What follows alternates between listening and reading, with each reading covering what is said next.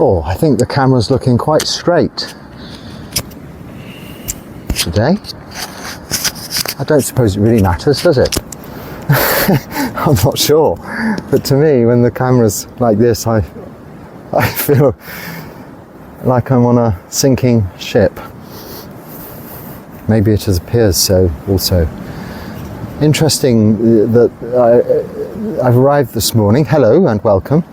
I've arrived here this morning at my usual spot. And I say my usual spot, of course it's nothing to do with my or mine or me. It's just a piece of the beach that I found is suitable because there's somewhere to put the phone, it's shaded, and it's a little sheltered from the wind, but still very nice and peaceful, just the background noise of the sea, if I remember to have the microphone on the correct settings, which I'm a little unsure about, but nevertheless there were a couple of people, a couple, let's say, a young man and lady, enjoying this pleasant spot. And after I'd washed my feet in the sea, which I normally do after the walk down here, just to cool my feet and feel the sand between my toes, I thought I would come over here, and I saw the couple, so I thought, my spot is occupied. This is the nature of things, it's not my spot, so plan B. I went over to the nearby alternative, which isn't so shady. So whilst I was fiddling with my umbrella, trying to create some shade, and considering actually not doing this at all, the very nice beach attendant man, I think they work for the hotels nearby, he came and politely spoke to these people and asked them to move on, and then came and ushered me here to my spot. So it seems that they've got used to my presence here at around this time of day, and that is one of the advantages of routine. As much as we might feel we're rebellious and rebel against routine and this kind of thing in our lives, sometimes a little routine can be very advantageous and freeing, because you're giving other people the advantage of knowing, at least to some extent, what to expect, and no surprises. This also helps towards your invisibility. Now, I wouldn't have said anything to anybody myself, or even allowed them to notice me. I crept away without them seeing me, because I wouldn't want to make people feel that they couldn't sit here, for instance. This isn't our way, certainly not my way. So nothing, I would not have said anything, but of course the nice man who sorted it out has done that, so now I'm obliged to sit and talk to you as much as I like to anyway, you know. So that there have been some other goings on as well with regards to my accommodation, because my neighbours have moved, but that's a story for another day. I think it can only be advantageous. The neighbours were perfect, actually, they're fine, but now that they've moved, I have to, being a monk, I have to give consideration as to whom might move in to the place next door, because it won't be tourists. It's not the kind of accommodation suitable for tourists, or that they usually let to tourists, but you never know what will go on, and I'm only allowed to live in certain kinds of places. So at the moment I'm living alone again, with the neighbours not being there, but those there is the option now for my Gamini, my kapia, my helper, he is speaking to the owners for me to also take that little piece of the building as well. It's just another small room really, but it also gives us the garden, which I can't do anything with because monks aren't allowed to garden, but I'm sure someone will look after it. But it means it's another place where I can sit peacefully for meditation and also these talks. And it frees up where the room you normally see to be a meditation room room for blessings, chanting, receiving dana, separately from perhaps where I sleep overnight. So it could be advantageous if this rain is continuing to just sort of move in, spread out a little bit next door. But it also, the main point being, it secures a suitable environment for a monk, not necessarily me, but a monk to stay in that satisfies all of the Vinaya requirements, our rules, which I won't go into. They're fairly obvious and logical. So that's another event of the day. A bit more sampapalapa. If you remember that word, it's sort of useless, idle chit-chat. And I have to be careful because I don't get an opportunity to speak to anybody, really. Even here, where people speak English, and Gamini speaks good English, the nuances, the kind of talk, conversations that I have are not necessarily the sort of conversations he would understand, because I don't talk about this restaurant, this bus route, that bus route, this hotel, that hotel. It's not within my remit. And of course that's what language most people in a country that thrives on tourism learn, that kind of conversational skill. Matters of Dharma and Vinaya are quite difficult to convey to someone with those boundaries of language ability.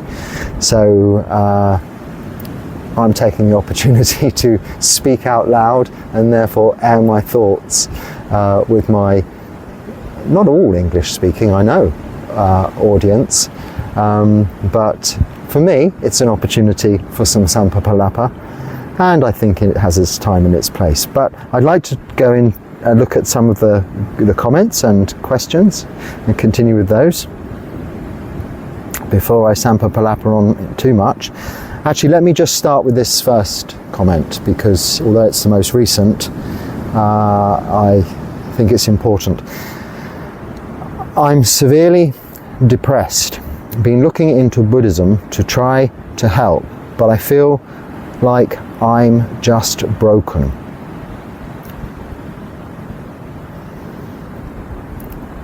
So I'm sorry you're feeling sad, and I'm addressing this not just to this subscriber, although I am addressing it to you. I hope you are listening. I'm addressing it to anyone who is severely depressed, and you'll notice I said I'm sorry you're feeling sad. I like to call it what it is. I know depression, clinical depression, manic depression, there are lots of mental health conditions that we all can experience from time to time, or even ongoing and permanently part of our nature. But what it really does boil down to is you're sad, you're not happy. If you were really happy, you wouldn't notice depression. And I'm very happy you are looking into Buddhism to try to help. And I know you say, but I feel like I'm broken. You are not broken. And I'll tell you why you are not broken. And anybody who feels that they are broken because they are severely depressed, they are not broken because they know how they're feeling. You know you're feeling sad. So that means you're not broken. You have this awareness. Now, what you need to add to that knowing is the understanding that there is an end to this sadness. It may be only temporary relief, but all conditioned things are impermanent. And I'm not simply going to answer it, well, okay, wait, and it will go away. But no, you're doing the right thing. You're looking to Buddhism, maybe for some comfort, and it will give you that. But it's also a practice to develop happiness, to become happy. And if you're happy, whatever your diagnosis, if we have any form of clinical depression, manic depression, however severe, if you're happy, at least it isn't there for that moment in time. Whilst you're happy, whilst you're experiencing the emotion of happiness, you're not really depressed. Now, I know there are lots of complicated variations on these conditions that can employ all of these different emotions at the same time, or at different extremes and fluctuating. But the practice of Buddhism, so very firstly, keeping the 5 precepts. And I must stress that this practice only works if you can keep the 5 precepts, or at least be trying to. It's your intention to. And knowing also when you break the 5 precepts. So, for instance, if you drink alcohol or take some, not medication, prescribed medication, leave out of the equation for now. But if you're taking any kind of intoxicants, any kind of drugs or alcohol that lead to, let's say, mindlessness as opposed to mindfulness, then you need to stop doing that, because the practice will not work if you're doing that. The other 4 precepts speak for themselves, but there's no really room for us masking our sadness or trying to cover our sadness by delving into intoxication. It will work very temporarily, but as you're experiencing, or anyone will experience, that it works once, twice, 3 times, but each time you need more, and everything becomes progressively worse, and your life spirals into a terrible situation very quickly if one relies on that kind of crutch. But you can rely on this Buddhism. You can rely on the comfort and support that will give you by keeping Sila as best you can, having the intention to keep those 5 precepts. And if it's difficult, remind yourself every day. Then also trying to practice a little meditation in the morning when you wake up, and a little meditation in the evening before you go to sleep. And if you have any opportunity to practice some meditation at any other point in the day, do so. Rather than anything else that presents itself, choose meditation first if it's appropriate to do so. And I assure you, with time, you will start to feel happier. You will feel a little more content, and you will smile again. And then the depression, however severe it may seem now, will go without you even noticing. You'll think, I was depressed once. Well, what was that about? And I'm not just saying that glibly. I've experienced these hard times. I've had a very full lay life before, a long time ago, I chose this life. And I've met many, many people whom are depressed, many people with all kinds of mental health conditions. But it is another experience of the body and the mind. It is health. We all are born into aging, sickness and death. It is another sickness. It isn't just a name for sadness. It is sadness in itself, is sickness, it's dukkha, it's suffering, it's unsatisfactoriness. So how we turn that around is through this practice, by enjoying the company of Kalyana Mita. You have everyone's support. Anyone feeling sad, watching this, knows that other people whom also are watching it are right behind you and there to support you. And you can see that in the comments always, that everybody has the same idea to become free from suffering in this lifetime, or at least understand where our suffering arises from. If you can continue listening to Dharma talks, it will certainly help you to understand the feelings that you are having. And it isn't instant, it isn't an instant fix, there are no such things. But it doesn't take a huge amount of time either. If you're committed to keeping precepts, meditating a little, you will see notable results more quickly than even any prescribed antidepressants can work, which they say take a couple of weeks. I'm sure if you were to practice for 7 days, keeping those 5 precepts, meditating in the morning and meditating in the evening, even if you just meditate for 15-20 minutes every morning intently, then you will see a marked improvement within a week. That is something that I know from experience that I've shared with others, and know to be the case. But you do need to have that intention and that commitment to the practice, which I think you do, otherwise you wouldn't have sent this comment. And I appreciate you sending the comment, thank you for that, because it's useful not only hopefully for you, but for many others also.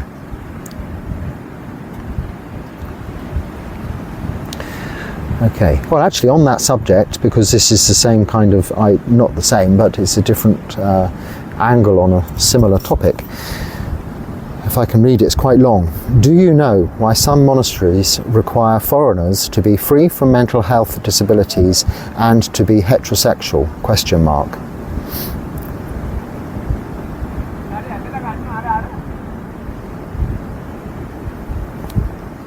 Then you explain your own situation and your past and where you've applied to. So I'll leave that a little bit out and then go on to the next part of the question. Will this past of mine disqualifying me from ever becoming a monk anywhere? Okay, so let's answer the first part of the question. Do you know why some monasteries require foreigners to be free from mental health disabilities and to be heterosexual? Okay, the first part I can more or less answer. It is a requirement for ordination that we are healthy. In the time of the Buddha, they didn't define between mental health and physical health, but it is assumed that healthy covers both sides of our physical and mental being. So, if you are suffering from any health disorders that are not treatable, so therefore progressive, not within the boundaries of some form of control, then you are unable to ordain. Now, the reason why that is because it is a hard life. Becoming a monk is not an easy option. It is not an escape. It is not a way out for an easy life. It's physically demanding. It's impractical and uncomfortable in many aspects. Every day I'm walking 9 kilometers just to get my food, carrying it all the way back in bare feet. This is part of the practice, so it is a requirement that we do that. I'm sleeping on a floor. We don't have air conditioning. We don't often even have windows. We don't have any real comfortable things around us. So it's not the soft option. You have to be relatively healthy. Well, no, you have to be fully healthy and you have to be relatively fit. Now, I don't mean you need to be able to run marathons or have any sort of super abilities, but you do need to be healthy. That is a requirement of ordination. So this is why. If you have a specific illness, now they've probably only stated mental health issues, certain monasteries, and when you do say some monasteries, so you need to really search around. All monasteries are different for both of these subjects that you're talking about. So you need to speak to each one individually and be perfectly upfront and explain to them. But if you have any health conditions that aren't controllable, I'm sure if there's a mental health condition that means that you have something that you take medication for regularly, and that is easily available in the country where you're applying to become a monk, and you are not requiring any further treatment, it's not progressive, so therefore then that would be fine. But monasteries aren't there to look after people who are sick. Now, of course, monks do become sick, and we are responsible and have to look after each other. And that is enough, that's tough enough, looking after the monks as they get old. And we have to really be very supportive. It's part of our duties in a monastery to look after the monks. So we cannot afford, monasteries cannot afford to bring in already ill people. Otherwise you would find monasteries filling up with sick people, and they would become not monasteries but care systems, if you like, and they're not designed for that purpose. But as long as your condition is under control, then I'm sure that you can find a monastery that is not going to have a problem with that. I'm actually a little surprised that it is specified as directly as you say it like that in any monasteries. The monasteries that I've stayed in and visited haven't ever been so specific or even asked the question. I don't think I've ever been asked, apart from in my ordination, about my health, where you are specifically asked and you're kind of under oath to answer honestly. And only one person questioned the limbs, because you have to, in the ordination process, have to have your limbs, all of your limbs, and somebody did question my missing finger, which I did say that's a bit ridiculous, and everybody agreed. So, but you can get ill afterwards and you'll be looked after, and of course this is their insurance. You at least start healthily, otherwise it would be very difficult to have a sangha survive for as long as it has if all of the monks joining would just join in for it being a care system. Not that that applies to you, and I'm sure you can find somewhere that is suitable for you. On the other side of things, and being heterosexual, I'm surprised if it says that. I don't know how it's worded in there, however they've put it to you. As far as I'm concerned, sexuality has got absolutely nothing to do with it. We are abstinent, we're celibate, we take a vow of celibacy.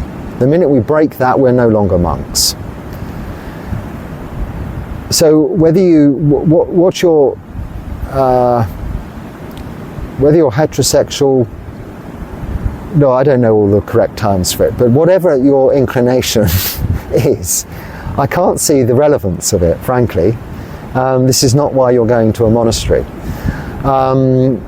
Now, I have heard people making quite a fuss about this and a song and dance about it, and I've thought really that if they're making a fuss and a song and dance about it, then they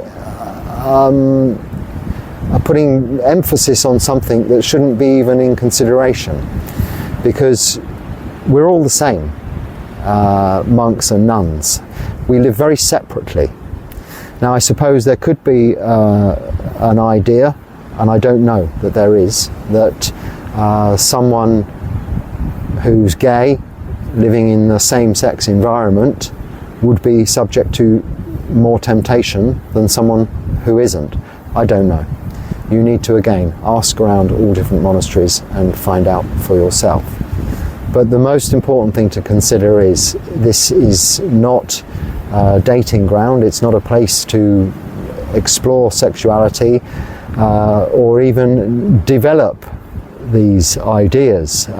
So some people whom are going through a sex change, whatever the correct term of that is, from man to woman or woman to man, whom are wanting to ordain, I would suggest need to get that out of the system, do that, change to whatever sex they're going to end up or being or feel they are now, and then ordain in that sex. So if you're a man and you want to be a lady, you change into a lady and you ordain as a nun, or vice versa. Because if you're ordaining, it doesn't matter what you are. You're letting go of this idea of self. This is the whole point.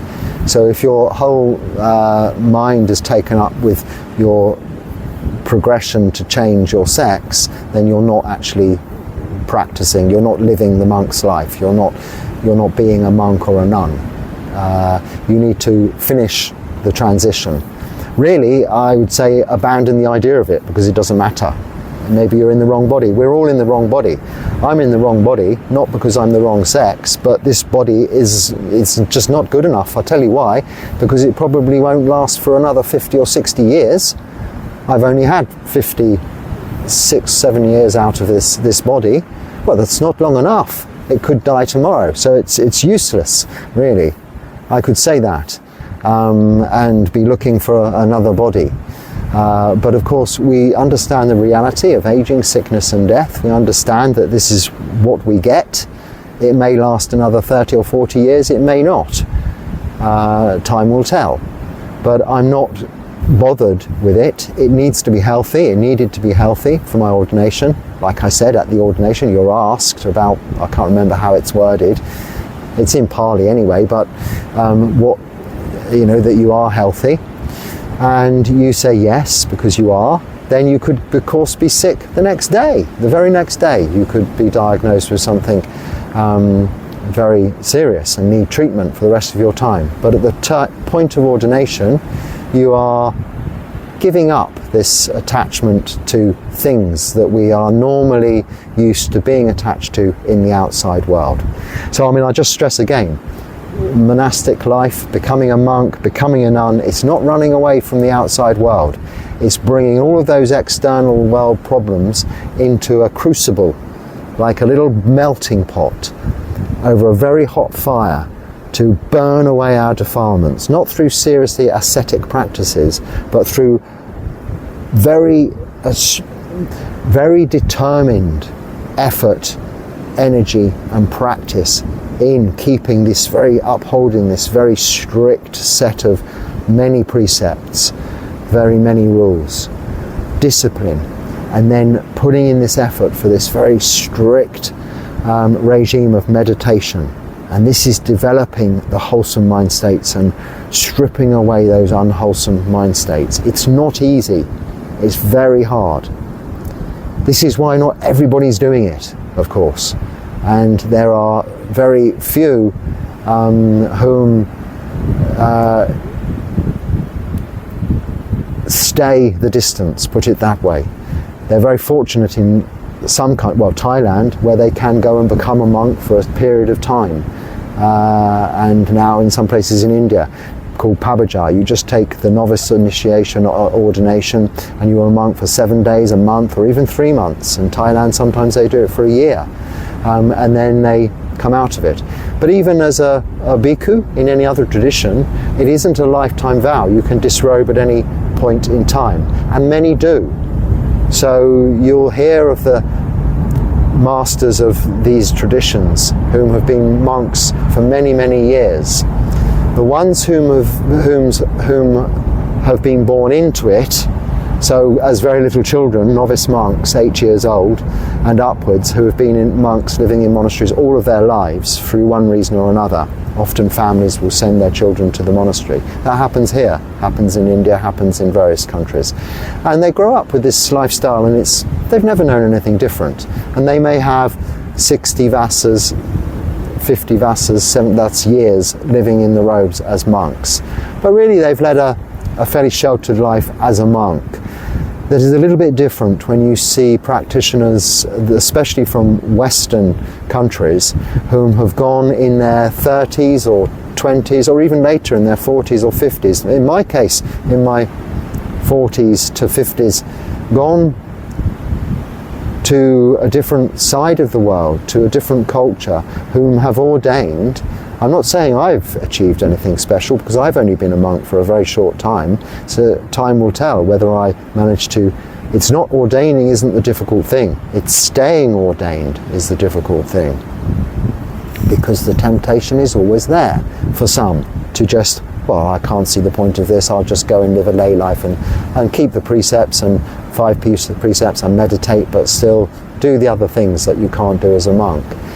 As someone in their midlife changing, becoming a monk or a nun, will have a lot more experience of the external world, maybe those temptations are greater.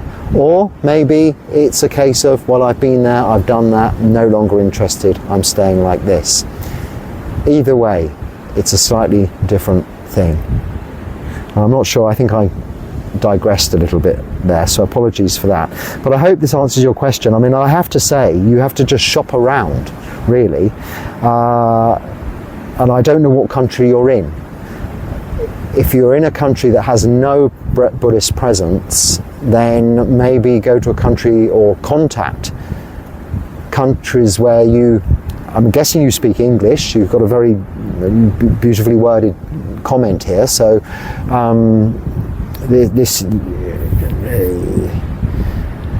and you applied to an international monastery in Thailand. The one, I can't think particularly which one it is, but maybe speak to a few others, and just talk to them openly and honestly about it. But first and foremost, be open and honest to yourself, and what do you want? If you're saying you're not heterosexual, if you're saying you're gay, if you're saying you have mental health issues, then you can get treatment for your mental health issues. If it's not working, you need to concentrate on that first. Get yourself healthy before you put yourself in an uncomfortable situation. That's important, to look after yourself and your health first. With regards to your sexuality, how much does that matter to you? If it matters a lot, then you're barking up the wrong tree, becoming a monk, because it's a life of celibacy. It doesn't matter whether you're gay or straight, frankly. Doesn't come into the equation, or shouldn't. But I appreciate what I'm not just what you've heard is a small sample of not I'm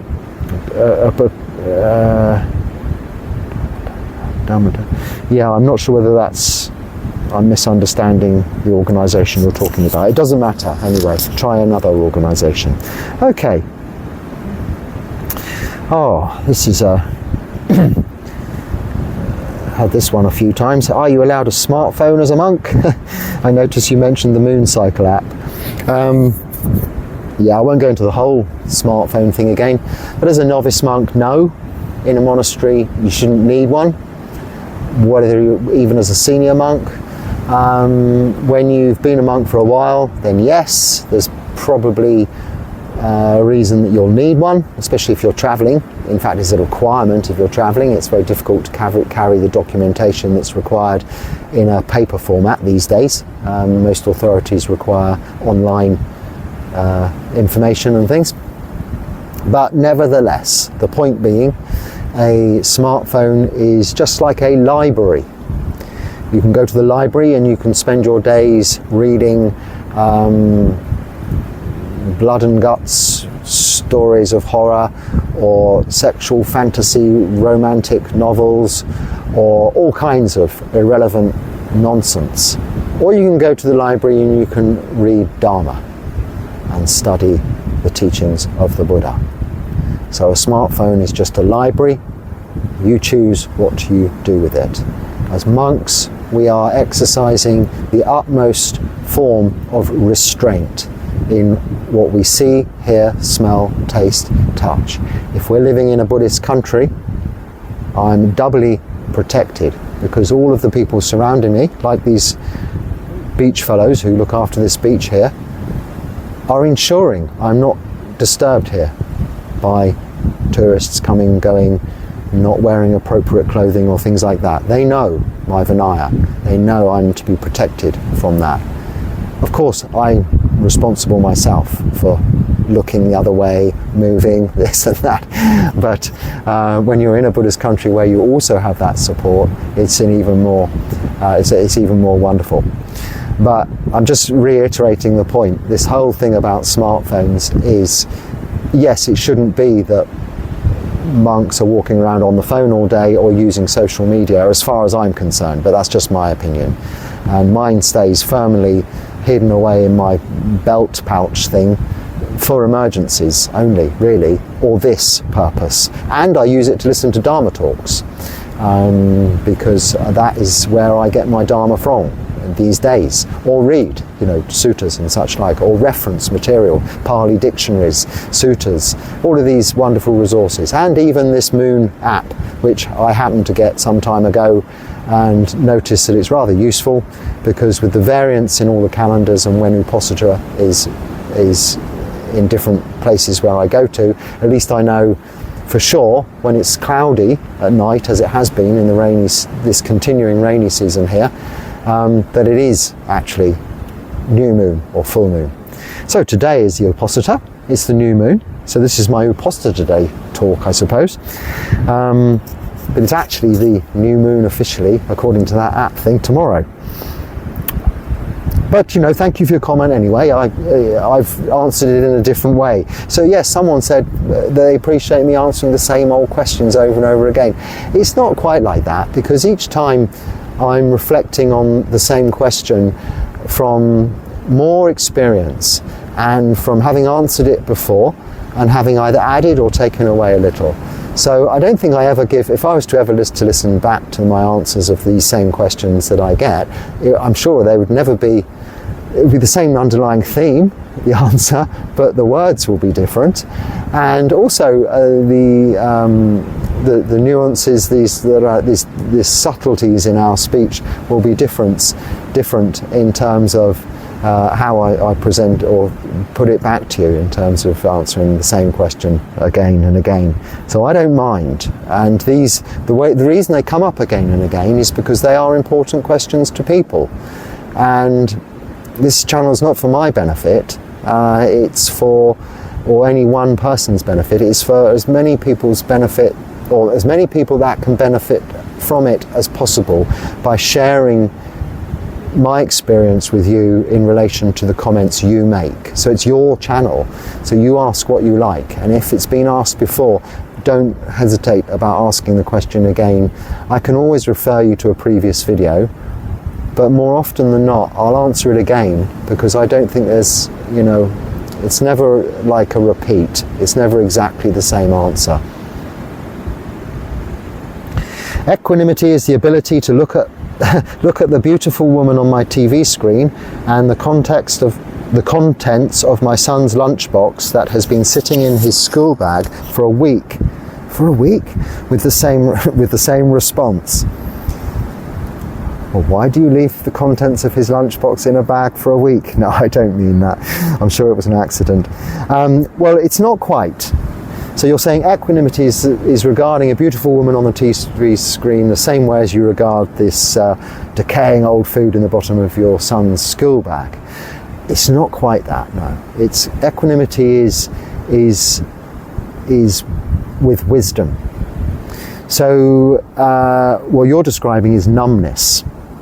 So you could say that it was described, I think, by Ajahn Chah, a buffalo is equanimous, or a chicken is equanimous, because it just nonchalantly goes around chewing all day long. Doesn't matter what happens around the buffalo, it just carries on chewing. That isn't equanimity, that's not upekkha. It may be equanimous, I suppose, but it's not upekkha. It's unreactiveness, yes, but it's numbness. It's not caring. Equanimity is still caring. It's still knowing. You still have to have mindfulness, remember. Mindfulness, sati. So if you're enlightened, 2 of the 7 factors of enlightenment are equanimity and also sati, upekkha and sati, mindfulness. So you cannot be ignorant to all that's going on and numb, and say that a beautiful woman on the TV screen is the same as the contents of my son's lunchbox, and still be mindful. You will have to have mindfulness that you are attracted to the sight of a beautiful woman on the screen, but you're wise enough not to react to that attraction.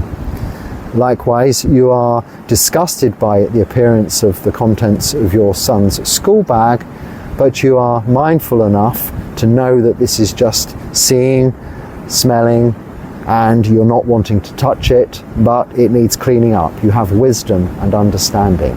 So equanimity is unreactiveness with wisdom also, as opposed to just numbness.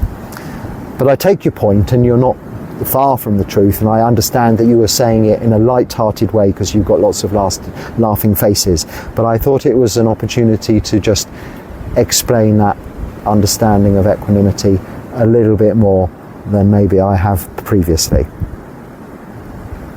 So a couple of comments from the same person about worshipping idol of Buddha, just checking, and then you say something similar later on. Well, you can see it like that if you will. We don't have idols. Idols, I think, are models or statues that are considered worshipable or worthy in their own right as a god or a deity or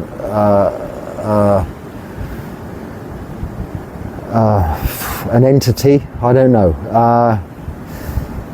The 10 Commandments of Christianity, and this may come from a Christian background, this comment, I don't know, say thou shalt not worship false idols. Yes. Idolatry. We have an idol as in a celebrity who is our idol. Is that the same kind of idol? I think so. Yeah, idol. So you idolize someone, a person even. In Buddhism, there's absolutely no room for that at all. Now, there may be in various different traditions, but in my tradition, if you can call it, not my tradition, in what I practice, let's say, because I don't want to cast any aspersions, I am not bowing to anything other than more than a piece of stone, which is representative of an image of the Buddha, which isn't necessarily even anything like the Buddha looked like, because it was an image created by the Greeks, Europeans, the earliest of Western Buddhists, if you like, in their image, not in the image of an Indian sadhu, because the Buddha left no impression, no photographs, no pictures, or even descriptions of himself specifically. So he also asked that there was to be no worshipping of such things. And usually, and often in some temples, the most appropriate way of identifying the Buddha's presence would be an empty chair or just some footprints in the ground, as in his epitaph, the Tathagata, thus gone. He is thus gone. He's attained to parinibbana. There's nothing to worship. I'm not ever worshipping idols. I don't have any idols, but what I am doing is mindfully, and I've said this many times, but I don't mind repeating this many times, even if it's the same way. I'm mindfully bowing out of respect. I'm paying homage to my teacher, but I'm not worshipping him because he's a dead man, long gone, attained to parinibbana. So there's nothing, no one, nothing to worship. I am bowing, reminding myself of paying homage to the Buddha, our teacher, the Dharma. This is why I pay homage, I bow 3 times, his teachings, and the Sangha, that is the monks and nuns who've continued to pass on through this lineage those teachings for the millennia to this day. This is what I take refuge in, I get comfort from. This is what I am paying homage to. I'm not praying to it, I'm not worshipping it. The chanting, if you translate the words, listen to them in your own language, are reflections on those teachings, are also reminders of the qualities of the Buddha, the Dharma and the Sangha. In nowhere are there, even in the blessings, requests or prayers that are being asked or offered, merely statements and wishes. And often I am sharing with you, when giving blessings, my wishes that you be happy and you stay well. I'm not by any means trying to invoke some powers of a higher power or higher being or godly-like nature to invest those qualities upon you by any means. I'm really sharing with you my good intention and my wishes that that is how it is for you, that you are happy and you stay well. So I don't know how long I've been talking for now, but I think that's going to be long enough. That's quite a long question. I think I answered this yesterday. You are seriously spoilt by the local community. How does it make you feel to be so respected? Yes, I did answer it yesterday. Well, I feel very welcome.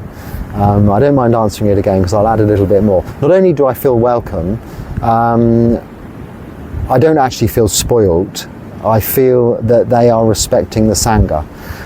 Like when I answered the question with regards to people bowing that you might have seen on Pindapat, they're not bowing to me, they're bowing to these robes. And if I'm not wearing these robes, if I'm at my kuti and people arrive, then if they bow, I stop them bowing and I put the robes on, because they're not bowing to me. This is in the Vinaya, this is our rules anyway, but they're not bowing to me, they're bowing to the Sangha. So what they're spoiling is the Sangha, the generosity, the kindness, the respect, these beautiful actions that go on around me, like looking after me in this spot here, to be able to talk to you in an uninterrupted, peaceful environment, are all actions of generosity, kindness and respect to the Sangha, not to me.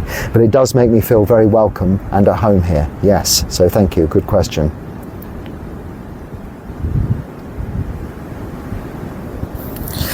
And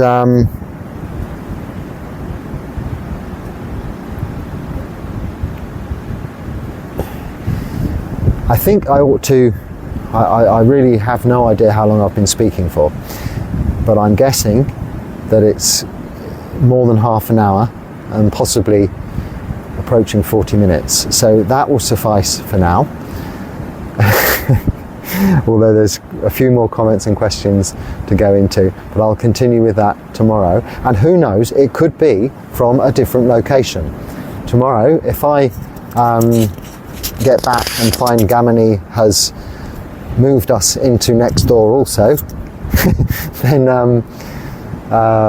it won't actually make much difference at all to my living accommodation, but it will mean that we'll have a garden out the back. Now, I'm not sure whether that's a good thing or a bad thing. We'll see. It's up to them anyway. It's not really something I need to be too concerned with.